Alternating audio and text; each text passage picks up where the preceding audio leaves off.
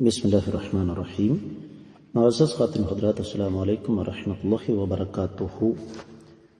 کیا شرابی کو قیامت والے دن جہنمیوں کی پیپ پینے کو دی جائے گی؟ یہ ہے آج کے ہمارے حدیث کے سبق کا موضوع۔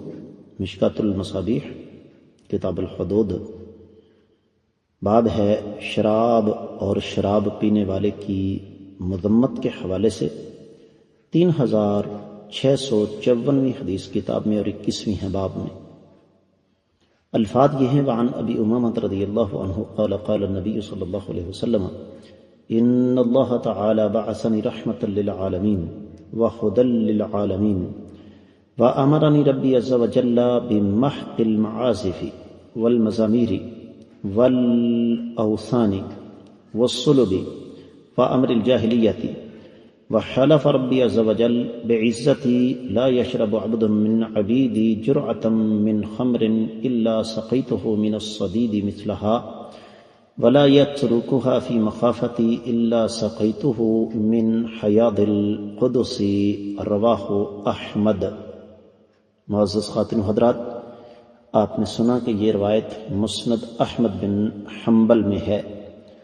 اب مسند احمد بن حنبل میں چونکہ کتاب اور ابواب نہیں ہوتے، اس لیے میں اس کا حوالہ یوں دوں گا کہ یہ مسند الانصار میں حدیث ہے۔ سیدنا ابو امامہ الباہلی رضی اللہ تعالی عنہ جو صحابی ہیں، ان کے نام کے تحت 22307ویں حدیث ہے، اور یہ روایت سند کے اعتبار سے ضعیف ہے، کیونکہ بلکہ ضعیف جداً ہے، پرلے درجے کی ضعیف ہے، اس لیے کہ اس میں ایک تو علی بن یزید اللہانی، ابو الحسن ابو عبد الملک ایک راوی ہے جو کہ منکر الحدیث ہے، اور دوسرا ہے فرج بن فضالہ التنوخی ابو فضالہ، یہ بھی ضعیف الحدیث ہے۔ ان دونوں راویوں پر انتہائی سخت قسم کی جرح ہے، لہذا یہ روایت سند کے اعتبار سے قابل حجت نہیں، بلکہ ضعیف کا نچلا درجہ ضعیف جداً ہے۔ ترجمہ آپ کی خدمت میں رکھ رہا ہوں۔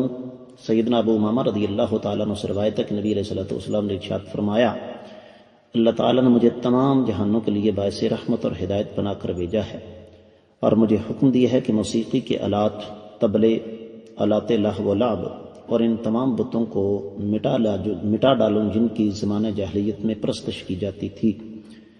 میرے اللہ نے اپنی عزت کی قسم کھا کر فرمایا کہ میرا جو بندہ شراب کا ایک گھونٹ بھی پیے گا، میں اس کے بدلے میں اسے جہنم کا کھولتا ہوا پانی ضرور پلاؤں گا، خواہ اسے عذاب میں مبتلا رکھا جائے یا بعد میں اس کی بخشش کر دی جائے۔ معزز خواتین و حضرات،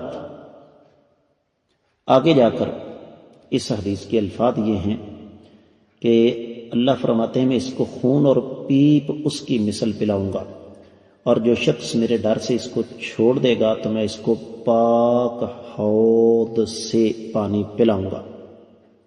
شراب پینا قابل مذمت ہے، لیکن حدیث سند کے اعتبار سے صحیح نہیں، لہذا اس کا اعتبار نہیں ہے۔